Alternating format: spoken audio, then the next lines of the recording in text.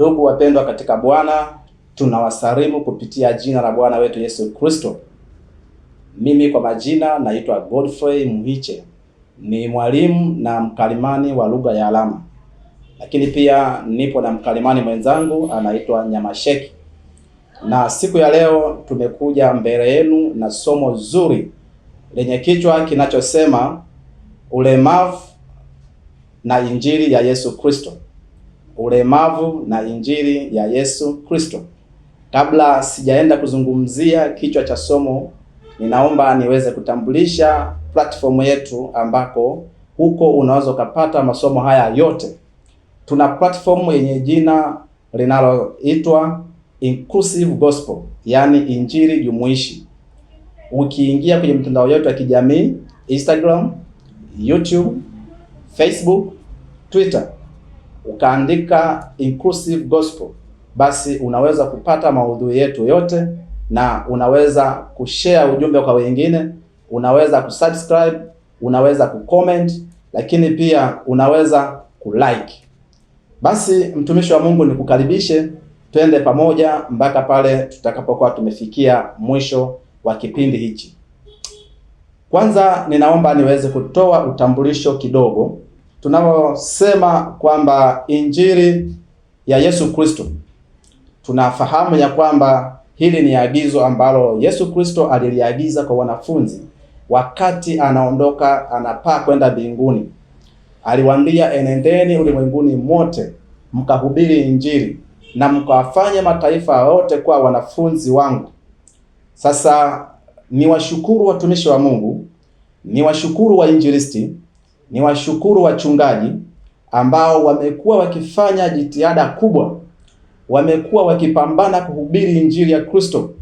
Wengine wanahubiri barabarani, wengine wako makanisani, wengine kwenye mikutano, lakini pia kuna wengine wameenda mbali zaidi, wamehubiri kupitia vyombo vya habari. Kuna watu wana television. Hizi jitihada zote zimewekwa kwa lengo la kuhakikisha kwamba injili ya Yesu Kristo inahubiriwa na kila kiumbe anasikia injili hiyo. Ndugu wapendwa katika Kristo, kwanza naomba mfahamu ya kwamba sisi tuko hapa ni washirika wa makanisa ya Kipentekosti. Ni washirika wa makanisa ya Kipentekosti, na hivyo katika somo hili ambalo tunajifunza, focus yetu kubwa imefocus washirika ambao wana imani ya Kipentekosti. Naomba ufahamu kitu kimoja. Ninaposema washirika wa imani ya Kipentekosti, sina maana ya washirika ambao wapo kwenye jengo ambalo lina lebo ya Kipentekosti. Kwa mfano, kuna washirika wapo kwenye kanisa ambalo lina lebo la jina la EAGT, TAG, FPCT au PHM. Hawa ni washirika wapo kwenye hayo majengo ambayo yana majina ya Kipentekoste, lakini unaweza kukuta watu hao walioko ndani sio wa Pentekoste. Lakini vile vile kuna watu ambao hawapo kwenye majengo ambayo yana lebo ya jina la Kipentekoste, lakini wao ni wa Pentekoste. Kwa hiyo upentekosti ni mtu binafsi na sio jengo, kwa sababu injili jumuishi, inclusive gospel, inaenda ulimwenguni kote. Sasa tukizungumzia TAG inapatikana Tanzania, lakini vipi kuhusu nchi zingine ambazo sio Tanzania? Je, wanafahamu kwamba kuna TAG? Lakini watu wale ni wa Pentekoste. Kwa hiyo injili hii na somo hili ambalo tunakwenda kulifundisha limewalenga watu ambao wanamwamini Mungu katika Utatu Mtakatifu, yaani Mungu Baba, Mungu Mwana na Roho Mtakatifu. Hawa ndio watu ambao nimekusudia kuzungumza nao siku ya leo. Wapendwa katika Kristo, kama ambavyo nimesema, jamii ambayo nimeilenga ni jamii ya Kipentekoste. Ninaomba nianze kwanza kutoa ufafanuzi kidogo. Katika muda mrefu, kwa kipindi kirefu, watu wamekuwa wakihubiri injili, wakitangaza neno la Bwana, lakini sisi kama wakalimani na wataalamu wa lugha ya alama tumeona kuna baadhi ya makundi ya watu ambayo yameachwa. Kuna makundi ya watu ambayo bado injili ya Yesu Kristo haijafikiwa, lakini pia hakuna vipaumbele ambavyo vimewekwa kwa ajili yao. Yamkini kuna watu ambao wamejaribu kuweka vipaumbele kwao, lakini kile kipaumbele si kama watu wengine. Tuna makundi mbalimbali ya watu wenye ulemavu. Kwa mfano, tuna albino, yani walemavu wa ngozi, tuna watu wenye ulemavu wa viungo vya mwili, tuna viziwi, lakini pia tuna watu wasioona. Katika makundi haya yote ukijaribu kuangalia kwenye imani yetu ya Kipentekosti, bado hawajapewa vipaumbele katika kuhakikisha kwamba wanafikiwa na injili ya Yesu Kristo. Sasa sisi tumekuja kwenu ili tuweze kuleta elimu, tuweze kufundishana ni kwa namna gani basi tuweze kulitimiliza lile andiko ambalo Yesu Kristo alilizungumza, aliliacha kwa wanafunzi. Ikiwa hawa wengine wanaachwa, je, wao hawastahili kusikia hii injili ya Yesu Kristo? Au kwa sababu wao ni wachache? Kuna mtu mmoja anaweza akasema hilo kundi ni watu wachache sana. Pamoja na kwamba ni watu wachache, lakini kumbuke Biblia inasema, ni nani kati yenu mwenye kondoo 100 akapotelewa na kondoo mmoja, asiache wale kondoo 99 na akarudi kumtafuta kondoo mmoja? Maana yake kumbe, hata kama ni kundi dogo la watu, ndiyo viziwi ni wachache, watu wasioona ni wachache, watu wenye ulemavu wa viungo ni wachache, lakini je, wewe kama mtumishi wa Mungu, wewe mchungaji, wewe askofu, wewe mwinjilisti ambaye unahubiri barabarani, umefanya jitihada gani au unawaza nini juu ya kundi la watu wenye ulemavu kwa habari ya injili ya Yesu Kristo? Sasa katika kuendelea, tumechagua kundi mojawapo ambalo tutaanza kulizungumzia, na kundi hili ni kundi la viziwi. Hili ndilo kundi ambalo tutaanza nalo, japo tutazungumzia makundi yote, lakini tumechagua kundi moja la viziwi. Hili ndilo ambalo tutaanza nalo. Wapendwa katika Kristo, kwanza naomba nikupatie nini maana ya kiziwi. Labda wewe kama wewe mtumishi wa Mungu, mchungaji, wewe askofu, wewe mwalimu, ukisikia kiziwi kwako unaelewa nini? Ukisikia mtu mwenye uziwi kwako unafahamu nini? Lakini kwa maana ya kiziwi, tukirejea kwenye kamusi ya Kiswahili sanifu, kiziwi ni mtu yoyote ambaye amepoteza uwezo wake wa kusikia. Kwa huyu anatafsirika kuwa ni kiziwi. Sasa kwa nini mimi nimechukua case study ya kiziwi?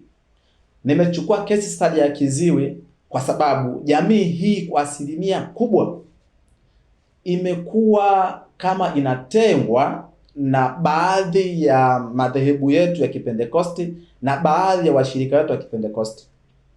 Na baya zaidi, kama ambavyo nimejitambulisha kwamba sisi ni wakalimani, wakati tukiendelea kufanya huduma yetu ya ukalimani kwenye baadhi ya makanisa, tunakutana na changamoto ambazo kiukweli zinarudisha nyuma jitihada za kuhakikisha injili ya Kristo inawafikia watu wote. Na kuna baadhi ya washirika wenzetu ambao kwenye makanisa yetu ya Kipentekosti haya wana watoto wao ambao ni viziwi, lakini hawapati huduma za kiroho na wametengwa, wanakaa mbali, yani kwenye shughuli za ibada wao wanaabudu sehemu nyingine kwa sababu tu yule mtu kapata uziwi. Mimi naweza nikasema watu hawa hawana makosa. Hata kama wachungaji, maaskofu, walimu, wainjilisti wanaohubiri barabarani hawajaweka jitihada zozote, sisi tunaweza tukakiri ya kwamba hawana makosa kwa sababu hawakufahamu chochote.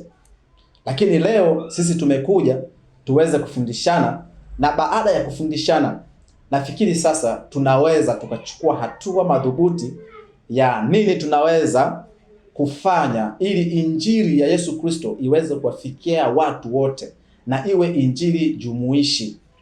Hicho ndio kitu kikubwa ambacho sisi tunatamani tukione hapo baadaye. Sasa baada ya hayo, tuendelee tuweze kufahamu kiundani zaidi kwa habari ya viziwi. Wapendwa katika Kristo, sisi ni wakalimani ambao tumesomea ukalimani, lakini pia tumesoma lugha ya alama, tukasoma jamii ya viziwi kwa asilimia yake.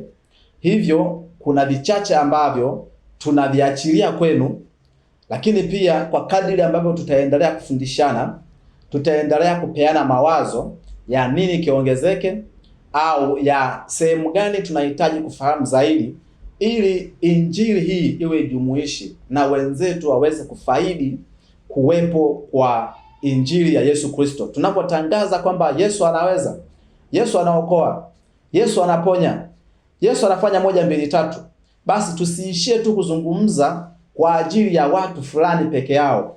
Tuhakikishe basi na watu wengine wote wanaipata injili hii. Mimi nimezungumzia kwamba injili kwa makanisa ya Kipentekosti kwa sababu Pentekosti ndio ambayo ni kusudi la Kristo la kila mwamini kuifanya injili hii. Kwa hiyo nikuombe mtumishi, nikuombe sana mchungaji, nikuombe sana askofu, nikuombe wewe mwalimu ambaye unafundisha neno la Kristo, nikuombe wewe ambaye ni mwinjilisti unahubiri mitaani, twende kwa pamoja. Endelea kutufuatilia, endelea kupitia kwenye chaneli zetu, chaneli yetu ya Inclusive Gospel au injili jumuishi. Halafu usisahau pale chini kusubscribe, usisahau kulike, usisahau kucomment. Hakikisha una share kwa wengine ili somo hili tuweze kujifunza wengi zaidi, na hatimaye utukufu wa Bwana uzidi kukua viwango mpaka viwango. Ninatumaini utabarikiwa na somo hili. Ninatumaini utakuwa na mchango fulani kuhakikisha kwamba somo hili la watu wenye ulemavu na injili ya Yesu Kristo litafika mbali zaidi na tutatengeneza mabadiliko chanya kwenye jamii yetu. Asante sana, Mungu akubariki. Somo letu litaendelea.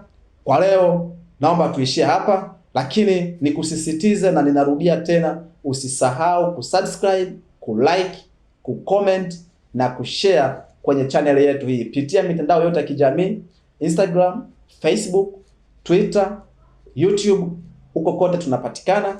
Basi hakikisha unatoa maoni yako hapo chini ili tuweze kuifanya kazi ya Bwana kwa uzuri zaidi. Asante sana, nikutakia usikilizaji mwema na maoni mema.